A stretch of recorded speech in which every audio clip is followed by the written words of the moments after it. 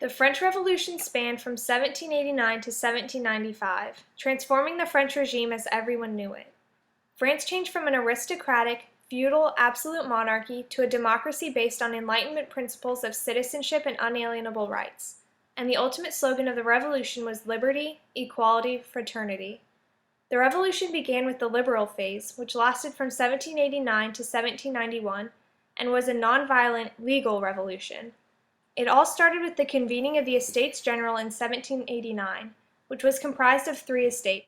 The first estate, or the clergy, the second estate, which consisted of the aristocracy and the nobility, and the third estate, which consisted of the peasantry. The third estate got pretty ticked off because they did not have as big of a say as they wanted. As Emmanuel Sieyès' pamphlet proclaimed, "What is the third estate?" Everything! And what has it been until now in the political order? Nothing! Anyways, the third estate was pretty ticked off, so they hit the tennis courts. Actually, they formed the National Assembly and just happened to meet on a tennis court because they got locked out of the States General. Well, they must have gotten bored and decided to play some tennis. No, they met there with the goal to write a constitution for France. They vowed not to separate until France had passed their constitution. This became known as the Tennis Court Oath. Tennis court oath. Parisians noticed that King Louis XVI was moving troops into Paris because of the National Assembly. They feared a counter-revolution and decided to storm the Bastille to get weapons. Then they stormed the Bastille. Angry mob! Angry mob! But they failed. There were no weapons. Aw, poo.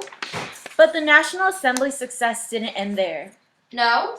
The Parisian insurrection gave the revolution a far more popular dimension. The tricolor flag became the emblem of the new regime, white for the monarchy and blue and red for the capital.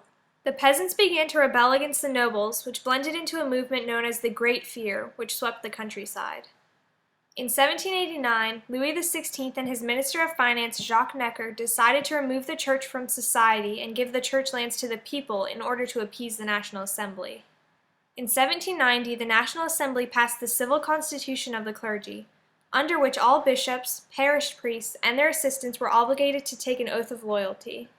Those who refused to take this oath were forced to leave their posts. And the Constitution of 1791 established a constitutional monarchy.